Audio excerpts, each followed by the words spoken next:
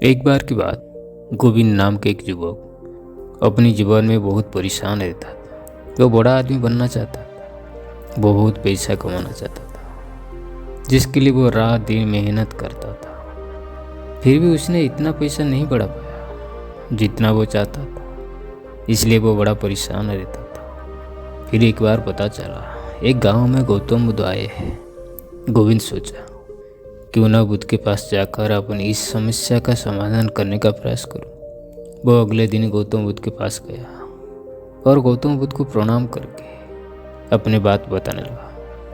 गौतम बुद्ध से कहने लगा, हे बुद्ध, कृपया करके मुझे बताएं कि मैं अमीर कैसे बन सकता, मुझे जल्दी चाहिए। गौतम बुद्ध गोविंद की बात सुनकर थोड़ा मुस्कुराए और बोले, बेटा, अगर तुम सच में अमीर बनना चाहते हो तो इसके लिए मैं तुम्हें एक कहानी सुनाता हूँ। उस कहानी के माध्यम से तुम्हें ऐसे 4 बातें पता लगेगी जिन्हें जानकर तुम आसानी से अमीर बन जाओगे। एक गांव में बड़ा ही चतुर नाई रहा करता था। उसके एक पंडित के साथ गहरी मित्रता थी।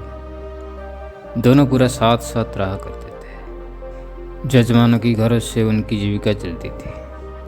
एक बार ऐसा समय आया, काफ़ी दिन बीत गए, कोई जजमान उनको नहीं बुलाया। अब तो उनके आगे रोजी रोटी का संकट खड़ा हो गया। परिवार को कैसे पाले ये समस्या बनी हुई थी। एक दिन नाई ने पंडित जी से कहा, हमारा धंधा तो चल नहीं रहा है, क्यों ना परदेश चले। परदेश में कोई छोटा मोटा कार्य करके धन कमाएंगे। इसके बाद वो दोनों छोटा मोटा जो धन कमा के रखे थे उनको लेकर वो दोनों परदेश की ओर जाने लगे। इसके साथ नाई ने अपने औजारों की पेटी रख ली। एक मोटी सी रस्सी, एक दही से भरी मटकी, एक ढोलक और साथ ही कुछ सिक्के लेकर चलने लगे। पंडित जी ने पूछा, नाई भाई, आप इतनी सारी चीज़ों को साथ लेकर क्यों भार बढ़ा रहे हैं। दही तो चलो खाने का काम आ जाएगा, लेकिन ये रस्सी और ये ढोलक का क्या करोगे। ये तो बैठ में थकाएगी, इन्हीं पर छोड़ दो। नाई कहने लगा, महाराज, कोई भी चीज़ व्यर्थ में नहीं जाती, बल्कि उसे सही समय पर इस्तेमाल करना पता होना चाहिए। कई बार हम लोग कोई चीज़ों को व्यर्थ समझकर फेंक देते हैं या उनका सही समय में इस्तेमाल नहीं कर पाते, इसीलिए वो हमें व्यर्थ लगते हैं। पंडित जी ने सोचा, चलो ठीक है, कभी मनोरंजन करने की इच्छा होगी तो ढोलक बजाकर समय बिताएंगे। इस प्रकार नाई और पंडित शहर जाने लगे। चलते चलते रास्ते में एक सूअर का बच्चा दिखाई दिया। नाई ने उस सूअर के बच्चे को भी पकड़कर अपनी थाली में रख दिया। पंडित जी को फिर एहसास हुआ। वो कहने लगे, अरे नाई भाई, अब ये सूअर का बच्चा को क्या करोगे। खुद की खाने के तो इंतजाम नहीं है, उसे कहाँ से खिलाओगे। नाई बोला, कोई बात नहीं, मैं संभाल लूँगा, आप बस मेरे साथ चलिए। यदि कोई ग्राहक मिल जाएगा, उसे बेचकर कुछ पैसा वसूल कर लेंगे। इस प्रकार पंडित जी को समझाकर वो दोनों शहर में पहुंच गए। शहर में पहुंचकर उन्हें पता लगा कि यहाँ का जो राजा है, उनके पुराने महल में रात को एक राक्षस आता है। महल में रहने वाले लोगों को खा जाता है। अब तक वो 1000 लोगों को खा चुका है। राजा ने पूरे शहर में ढिंढोरा पिटवा रहा था कि जो कोई उस महल में ठहर कर उस राक्षस को मार डालेगा या उसे भगा देगा। राजा उस बहादुर व्यक्ति के साथ अपनी बेटियां विवाह कर देंगे और आधा राजपाट दे देगा। राजा की घोषणा सुनकर नाई ने पंडित जी से सलाह ली और बोला, महाराज, जीवन की मौके अवसर एक 2 बार आता है। किसी व्यक्ति ने उसे गवा दिया तो कभी बड़ा आदमी नहीं बन सकता। आज वही अवसर हमें आवाज़ देकर बुला रहे हैं। यदि हम राक्षस को मारने में या भगाने में सफल हो गए तो जीवन भर बैठकर राज करेंगे। नाई की बात सुनकर पंडित जी बोले, अरे मूर्ख, ये अवसर हमें बुला नहीं रहा है, बल्कि हमारी मौत हमें बुला रही है। यदि हम राज्य और राजपाट के लालच में आ गए, राक्षस जरूर हमें खा जाएगा। अक्सर लालच के कारण व्यक्ति विपत्ति में पड़ता है। जैसे जीव की लालच में मछलियाँ कांटों में फंसते हैं, दाने के लोभ में पड़कर पक्षियाँ जाल में फंसते हैं। मौत और विपत्ति हर रोज लालच देकर ही जीव को फंसाती है। जो बुद्धिमान व्यक्ति होता है वो इस तरह के लालच में कभी नहीं पड़ते।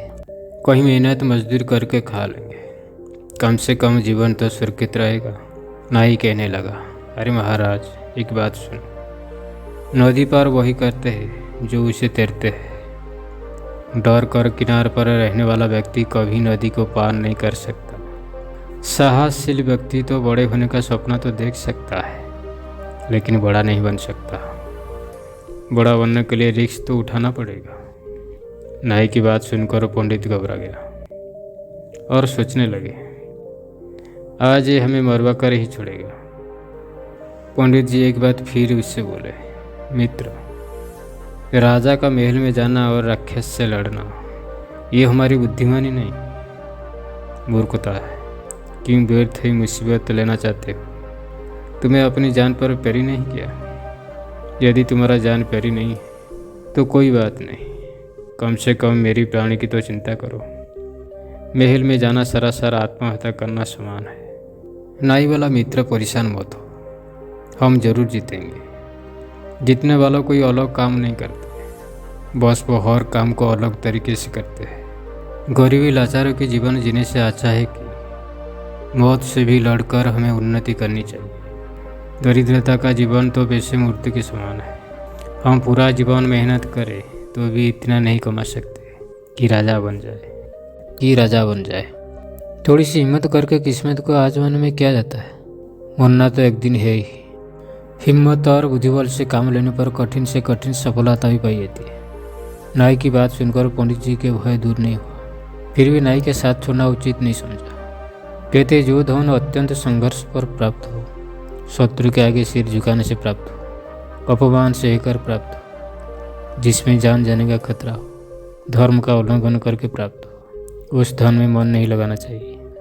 और पंडित जी ने डरते डरते तो नाई के साथ चलने का हाँ कर दिया, और हिम्मत साथ नहीं दे रही थी। नाई और पंडित राजा के दरबार में पहुंचे और राजा से कहा, महाराज, हम आपका महल में जो राक्षस है उसको भगाएंगे। उस दिन शाम को भोजन उन दोनों ने राजा के महल में किया। तरह तरह की स्वादिष्ट भोजन, ऐसे व्यंजन जो जीवन में पहली बार खा रही है। बड़ा आनंद आया। उसके बाद दोनों ने राजा के पुराने महल में चले गए। वहाँ पहुंचकर सबसे पहले महल की खिड़की दरवाजे बंद कर ली और आपस में बातचीत करने लगे। नाई पंडित जी से कहते हैं, आज हम जान हथेली पर रख कर महल में आए हैं। ऐसे में लापरवाही बिल्कुल नहीं करना चाहिए। विद्वान लोग कहते हैं, मनुष्य को भय को उस समय तक डरना चाहिए जब तक कि वो उससे दूर हो। जब उसका सामना करना पड़ जाए फिर बिना डरे बेधड़क होकर उससे भिड़ जाना चाहिए, इसमें उसकी भलाई है। फिर नाई ने बोला, एक काम करो, मैं आधी रात तक पहरा देता हूँ, तब तक तुम आराम से सो जाओ। आधी रात के बाद तुम जागना और मैं सोऊंगा। पंडित जी ने कहा, ठीक है। उसके बाद पंडित सो गए और बेचारा नाई जग कर राक्षस के आने का इंतज़ार किया। इधर जब राक्षस के आने की समय हुआ तब वो महल के दरवाजे बंद देखकर दरवाज़ा खटखटाने लगा। कहने लगा, मेरे महल में आज मुझसे पहले कौन सो गया है? दरवाज़ा खोल दो, नहीं तो मैं दरवाज़ा तोड़ दूंगा।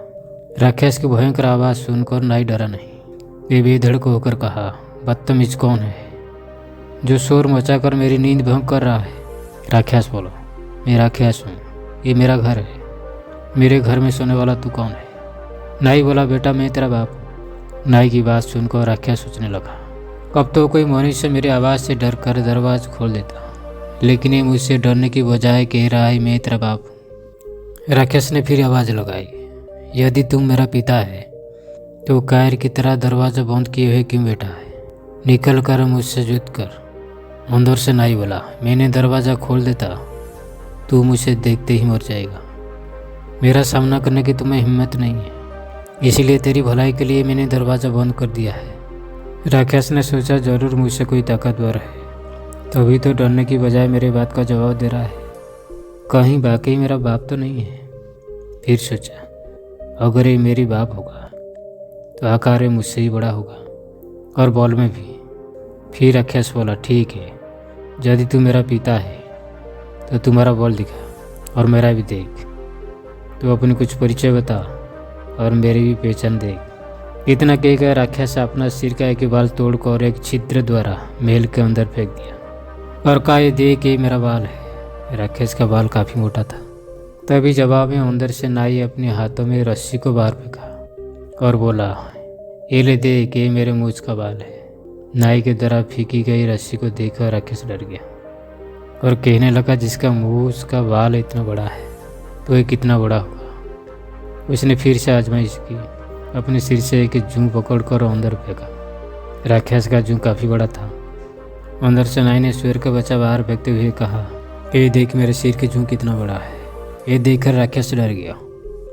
राक्षस अपना थूक को अंदर फेंकते हुए कहा, ये ले मेरा थूक। जवाब में नाई अंदर से मटके से दही उड़ेल लिया और बोला, देख मेरा थूक। ये देखे राक्षस के पैर उखड़ गई और सोचने लगा, ये जरूर मेरा बाप है।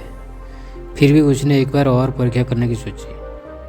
राक्षस ने जोर से गर्जन की। इधर जवाब में नाई ने अपनी ढोलों को पीटना शुरू कर दी। ढोलों की आवाज़ को गर्जन समझकर राक्षस का मलमूत्र छूट गया।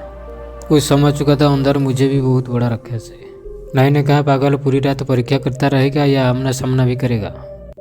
ले मैं दरवाज़ा खुलता हूँ, तू मेरा दर्शन भी कर ले। इतना कहकर नाई दरवाजे के ऊपर छुप कर बैठ गया और पंडित जी से दरवाजे खोलने के लिए कहा। डरते डरते पंडित जी ने दरवाज़ा खोल दिया। राक्षस भी डरता हुआ वो धीरे धीरे अंदर बढ़ा तो नाई ने अपनी उस तरह से राक्षस की नाक काट दी। राक्षस नाक पकड़कर रोता हुआ चिल्लाता हुआ वहाँ से भाग खड़ा हुआ और बोला, अब मैं यहाँ कभी नहीं आऊँगा, ये महल तुम ही रख लो। नाई बोला, खबरदार अगली बार आया तो मैं तुझे जिंदा नहीं छोड़ूंगा। इस तरह सदा सदा के लिए वो राक्षस महल को छोड़कर चला गया। शर्त के अनुसार नाई आधा राज्य के मालिक बन गया और राजा की बेटी से उसका विवाह हो गया। उसने अपने मित्र पंडित को अपने मंत्री बना दिया। राजा के रूप में नाई अपने मंत्री पंडित से कहता है कि 4 बात को सदैव ध्यान रखना, तुम कभी भी गरीब नहीं रहो। पहली बात तो अफसर को पहचाना चाहिए, उसे पकड़ने की प्रयास करनी चाहिए और जो उसके पास है उसे व्यर्थ की चीज़ें ना समझकर सही समय पर इस्तेमाल करना चाहिए। दूसरी बात, हिम्मत के साथ बुद्धिबल से काम लेना चाहिए। बिना बुद्धिबल की सहायता से शूरवीर भी हार जाता है। बुद्धि से मनुष्य छोटा होकर भी बड़े से बड़ा कोई पराजित कर सकता है। तीसरी बात, सदैव सोच बड़ी रखो। छोटा सोचने वाला कभी भी बड़ा नहीं बन सकता। कहते हैं जब सोच बड़ी हो तो व्यक्ति बड़ा कदम उठाता है। चौथी बात, अमीर बनने की मार्ग में ये 5 चीज़ें बाधाएं बनती है। 1 लापरवाही, 2 बीमारी, 3 संतोष, 4 बुज़दिल और 5 अपनी जन्मभूमि से प्यार। उसके बाद गौतम बुद्ध ने गोविंद से कहा, यदि इन बातों को तुम ठीक से समझ लिया तो जीवन में कभी भी गरीब का मुंह नहीं देखना पड़ेगा। आप धीरे धीरे धनवान बनते जाएंगे। बुद्ध की सारी बातें गोविंद की समझ में आ गई। इसके बाद गोविंद अपने जीवन में इन 4 बातों को अपनाया और वो धीरे धीरे अमीर बनता चला गया। दोस्तों, आप यदि अमीर बनना चाहते हो तो ये 4 बात को गांठ बांध लीजिए। इसके बाद आपको अमीर बनने से कोई नहीं रोक सकता।